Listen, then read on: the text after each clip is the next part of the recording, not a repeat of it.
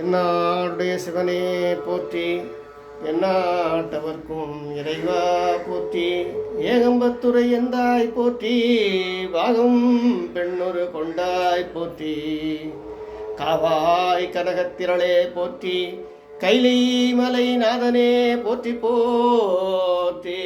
அடியார் பெருமக்களுக்கெல்லாம் நமஸ்காரம், ஆசீர்வாதமும். ஹரே கிருஷ்ணா, ராதேஷ்யாம், ஹரே கிருஷ்ணா.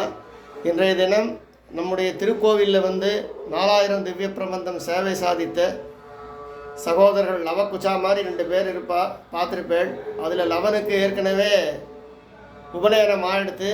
இன்றைக்கி குச்சன் வடிவில் இருக்கக்கூடிய அப்ரமேயன் என்று சொல்லக்கூடிய சிறு குழந்தைக்கு உபநயனம் ஆறுது.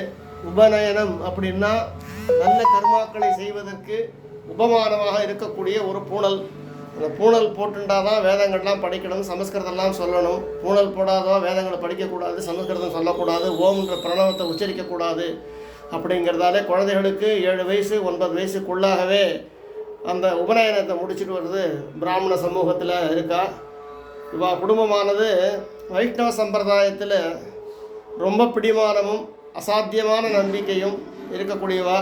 அந்த குழந்தைகள்லாம் 8 வயசு 10 வயசுக்குள்ளவே 4000 திவ்ய பிரபந்தத்தை அப்படியே மூழ்கி இருக்கா. அதில் அவள் இங்கே நம்ம கிருஷ்ணர் கோவிலில் சேவை சாதிக்கும் போது அவ்வளோ பிரமாதமாக இருக்கும். அதன் அடிப்படையில் இன்றைக்கி அந்த குழந்தை மேலும் மேலும் ஞானத்தை பெற்று 100 வயசு வாழணும், அண்ணா தம்பி 2 பேரும் சௌக்கியமாக இருக்கணும் அப்படின்னு கிருஷ்ணனுக்கு அபிஷேகத்தை பண்ணி இன்றைக்கி சுவாமிக்கு ஆராதனை